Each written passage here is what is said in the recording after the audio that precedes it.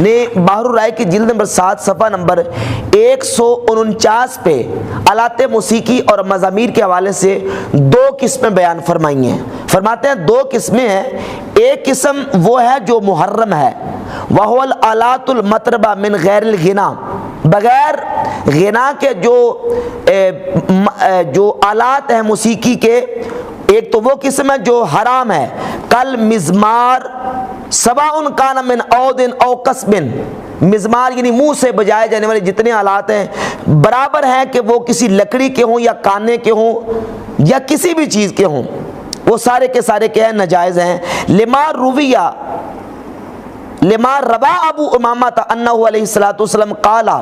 اس حدیث کی وجہ سے جو حضرت ابو امامہ رضی اللہ تعالیٰ عنہ نے روایت کیا ہے کہ رسول کریم صلی اللہ علیہ وسلم نے ارشاد فرمایا، ان اللہ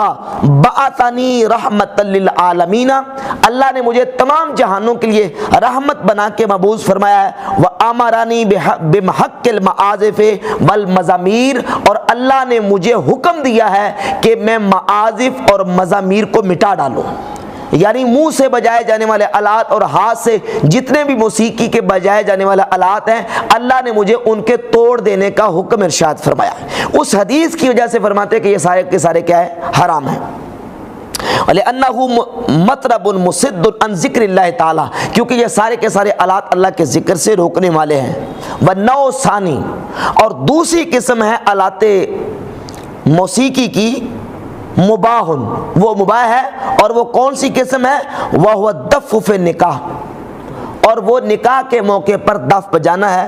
وفی معنیٰ، اور نکاح کے جو معنی میں ہے یعنی جو بھی خوشی کا موقع ہے اس موقع پر، وَيُكْرَهُ فِي غَيْرِهِ، اور ان مواقع کے علاوہ جو مستثنیات ہیں جن جگہ پہ شریعت کی طرف سے ان دفوف وغیرہ کو مباح قرار دیا گیا ہے، ان کے علاوہ فرماتے ہیں يُكْرَهُ فِي غَيْرِهِ، ان کے علاوہ مکروہ ہے، لما روی عن عمر رضی اللہ تعالیٰ عنہ، اس روایت کی وجہ سے جو حضرت عمر رضی اللہ تعالیٰ سے کی گئی ہے، انہو لما سمع صوت الدف بعث فنذر، حضرت عمر رضی اللہ تعالیٰ جب دف کی آواز سنتے تو فوراً بندہ بھیجتے کہ سن کے آؤ، دیکھ کے آؤ کہ یہ دف کس موقع پر بجائی جا رہی ہے۔ فَإِنْ كَانَ فِيهِ وَلِيمَةٌ سَقَطَ، اگر تو کسی ولیمے کے موقع پر یا نکاح کے موقع پر اس موقع پر بجائی جاتی ہوتی جہاں شریعت نے اجازت دی ہے تو سَقَطَ، خاموش ہو جاتے۔ وَإِنْ كَانَ فِي غَيْرِهِ، اور اگر ایسے موقع پر بجائی نہ جاتی تو آمدہ بالدرۃ یا درۃ، حضرت سیدنا فاروق اعظم رضی اللہ تعالیٰ عنہ ایسے موقع پر آلات موسیقی یعنی دف کو بجانے والے کو درے مارا کرتے تھے۔ اب ان لوگوں کے لیے عبرت ہے جو کہتے ہیں دف سے باقی ہارمونیم اور جتنے آلات موسیقی ہیں وہ سارے دف سے ثابت ہو جاتے ہیں۔ سیدنا فاروق اعظم رضی اللہ تعالیٰ اور نبی کریم علیہ السلام کے صحابہ وہ سمجھتے تھے کہ یہ اجازت اپنے مورد تک بند ہے، جس طرح 4 انگل جو ریشم کا گوٹا لگانے کی اجازت اپنے مورد تک بند ہے، اسی طرح مرد کے لیے چاندی کے پہننے کی اجازت انگوٹھی کی صورت میں اپنے مورد تک بند ہے، یہ اجازت آگے متعدی نہیں ہے۔ اسی طرح دف کے بجانے کی اجازت خاص موقع پر خاص کیفیت کے ساتھ جو ہے وہ اجازت اپنے مورد تک بند رہے گی، وہ باقی آلات موسیقی تک اس کی اجازت متعدی نہیں ہوگی۔ اور امام ابن نجیم رحمۃ اللہ نے پوری تفسیر بیان کر دی کہ سیدنا فاروق اعظم رضی اللہ تعالیٰ ایسے شخص کو کوڑے مارا کرتے تھے جو ان خاص موقعوں کے علاوہ دف بجایا کرتا تھا۔ اور حضور مفتی اعظم ہند رحمۃ اللہ کا فتویٰ بھی میں نے پچھلے درس میں بیان کر دیا تھا کہ آپ نے بالکل واضح طور پر لکھا ہے کہ جو دف کے ساتھ نعت خوانی جو ہے یہ کرنا ہرگز جائز نہیں، یہ ممنوع ہے فتاویٰ مستفیہ میں۔ اور اسی طرح 500 علماء احناف کا فتویٰ الفتاوی العالمگیریہ، معروف بالفتاوی الہندیہ، فتاوی عالمگیریہ کی جلد نمبر 5 ہے، صفحہ نمبر اس کا 352 ہے۔ 500 علماء احناف نے یہ فتویٰ لکھا ہے کہ السماع والقول والرقص الذي يفعله المتصوفة في زماننا حرام لا يجوز القصد إليه، ہمارے زمانے میں یہ جھوٹے صوفی یہ جو رقص اور اس طرح کے اقوال اور پیش کرتے ہیں، فرماتے ہیں یہ جو ہمارے زمانے میں معروف ہے حرام، یہ حرام ہے، لا یجوز القصد الیہ، ان کی طرف قصد کرنا جائز نہیں ہے، والجلوس علیہ، اور ان کی طرف ان کے پاس بیٹھنا بھی جائز نہیں ہے، وہو الغناء والمزامیر سواء، فرماتے ہیں وہ گانا اور ان کے آلات موسیقی وہ سارے کے سارے برابر ہیں، ان کو سننا اور ان کے پاس بیٹھنا یہ جائز نہیں ہے۔ حالت عظیم البرکت رحمۃ اللہ کا فتویٰ بھی گزرا، حضور صدر الشریعہ بدر الطریقہ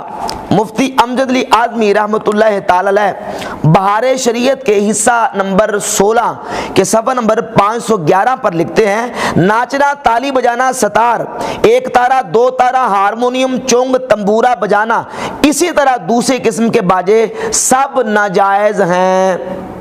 سارے کے سارے کیا ہیں؟ ناجائز، ان میں سے کچھ بھی جائز نہیں ہے۔ متصوفہ زمانہ کے مزامیر کے ساتھ قوالی سنتے ہیں اور کبھی اچھلتے کودتے ناچتے لگتے ہیں، اس قسم کا گانا بجانا ناجائز ہے، ایسی محفل میں جانا اور وہاں بیٹھنا ناجائز ہے۔ مشائخ سے اس قسم کے گانے کا کوئی ثبوت نہیں، جو چیز مشائخ سے ثابت ہے وہ فقط یہ ہے کہ اگر کبھی کسی نے ان کے سامنے کوئی ایسا شعر پڑھ دیا جو ان کے حال و کیف کے موافق ہے تو ان پر کیفیت و رقت طاری ہو گئی اور بے خود ہو کر کھڑے ہو گئے، اور اس حال بارفتگی میں ان سے حرکات غیر اختیاریہ صادر ہوئے، اس میں کوئی حرج نہیں۔ اور باقی یہ جو آج کل آلات موسیقی کے ساتھ پڑھتے ہیں یہ ہرگز جائز نہیں ہے۔ اور پھر یاد رکھیں کہ اگر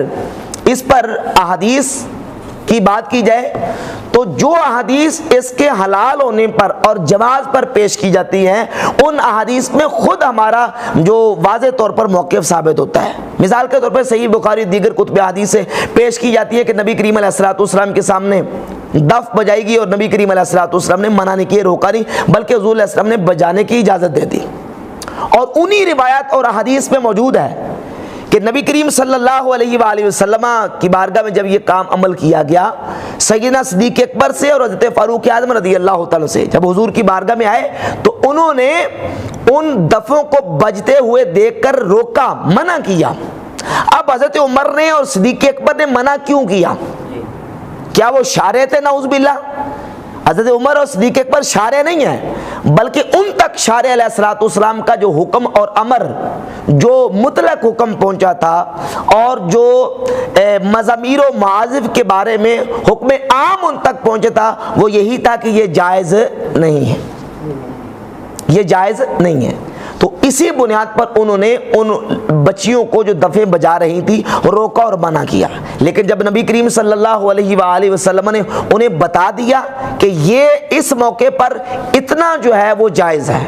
اعلان نکاح کے موقع پر، عید کے موقع پر دف بجانا، بچیاں اگر بجاتی ہیں تو وہ کیا ہے؟ جائز ہے۔ تو جوازی صورت اور استثنائی صورت جب صدیق اکبر کو اور فاروق اعظم کو اس کا علم ہو گیا تو اس کے بعد انہوں نے خاموشی اختیار کی۔ انہیں حکم عام یہی معلوم تھا کہ مزامیر و معازف کے بارے میں ہماری شریعت کا حکم یہی ہے کہ یہ جائز نہیں ہے۔ جب استثنائی صورت پتہ چل گئی تو وہ انہوں نے خاموشی اختیار کی۔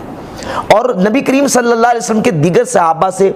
جو نا وہ مرفوع اور موقوفاً وہ احادیث موجود ہیں جن میں رسول اللہ صلی اللہ علیہ وآلہ وسلم نے مزامیر کی حرمت کو بیان کیا ہے۔ امام ابو بکر احمد ابن حسین بیہقی کی یہ کتاب دیکھ لیں، حوالے بہت سارے موجود ہیں، میں صرف اختصار کے ساتھ چند حوالے احادیث سے پیش کر دیتا ہوں۔ یہ السنن الکبریٰ بیہقی ہے، اس کی جلد نمبر 10 صفحہ نمبر 221 پر امام بیہقی نے باقاعدہ باب قائم کیا ہے، باب ما جاء فی ذم الملاہی من المعازف والمزامیر ونحوہا۔ فرماتے ہیں کہ کھیل کود کی مذمت میں اور منہ سے اور ہاتھوں سے بجائے جانے والے جو آلات موسیقی ہیں ان کی مذمت میں احادیث، اور پھر انہوں نے احادیث کو بیان کیا۔ ایک حدیث امام بیہقی لے کے آئے ہیں، سیدنا ابو مالک اشری رضی اللہ صحابی رسول فرماتے ہیں کہ نبی کریم علیہ السلام نے فرمایا لا یشربن اناس من امت الخمر یسمونها بغیر اسمها، میری امت کے کچھ لوگ شراب کو نام بدل کے پیئیں گے، ویضرب علی رؤوسہم المعازف والمغنیات یخسف اللہ بہم الارض، فرمایا کہ وہ اپنے سروں پر موسیقی کے آلات بجائیں گے اور گانے سنیں گے، اللہ رب العزت ان کو زمین میں دنسا دے گا، ویجعل منہم القردۃ والخنازیر، اور ان میں سے بعض لوگوں کو بندر اور خنزیر بنا دے گا۔ امام بیہقی اس حدیث کو کوٹ کر کے فرماتے ہیں وَلِهَذَا شَوَاهِدٌ مِّنْ حَدِيثِ عَلِيٍّ وَعِمْرَانَ بن حسین وعبداللہ ابن بصر وسہل ابن سعد وانس بن مالک وعائشہ رضی اللہ تعالیٰ عنہم ان نبی صلی اللہ علیہ وسلم فرماتے ہیں صرف حضرت ابو مالک اشری کی نہیں بلکہ حضرت علی المرسا، عمران ابن حسین، عبداللہ بن بصر، سہل بن سعد، انس بن مالک اور ام المؤمنین عائشہ صدیقہ رضی اللہ تعالی عنہم، ان تمام صحابہ سے نبی کریم صلی اللہ علیہ وآلہ وسلم سے مرفوعاً احادیث جو ہیں وہ مزامیر و معازف کے مذمت میں جو ہے نا وہ ثابت ہیں اور وہ ساری کے ساری اس حدیث کی شاہد ہیں۔ سیدنا عبداللہ ابن عباس سے ایک حدیث امام بیہقی لے کے آئے کہ رسول اللہ صلی اللہ علیہ وسلم نے ارشاد فرمایا ان اللہ تبارک و تعالی حرم علیکم الخمر والمیسر والکوبہ وہو الطبل، کہ اللہ رب العزت نے تم پر شراب کو، جوئے کو اور کوبہ یعنی طبلوں کو حرام کر دیا ہے، وہ تمہارے لیے حلال نہیں۔ اور ایک اور روایت لے کے آئے ہیں اور پھر امام بیہقی رحمۃ اللہ علیہ نے سیدنا عبداللہ بن عباس سے موقوفاً ایک روایت کو ذکر کیا ہے۔ عبداللہ بن عباس سے آبی فرماتے ہیں الدف حرام والمعازف حرام، دف بجانا حرام ہے اور آلات موسیقی معازف حرام ہے، والکوبۃ حرام والمزمار حرام، منہ سے بجائے جانے والے آلات اور ہاتھوں سے بجائے جانے والے آلات یہ حرام ہے، یہ جائز نہیں ہے۔ جس طرح چاندی حرام ہے، ریشم حرام ہے، حکم عام ان سب کے لیے یہی حرمت کا۔ ہاں جس طرح چاندی مستثنی، انگلی میں انگوٹھی پہننا اور 4 انگل کی ریشم، اسی طرح ایک مخصوص موقع پہ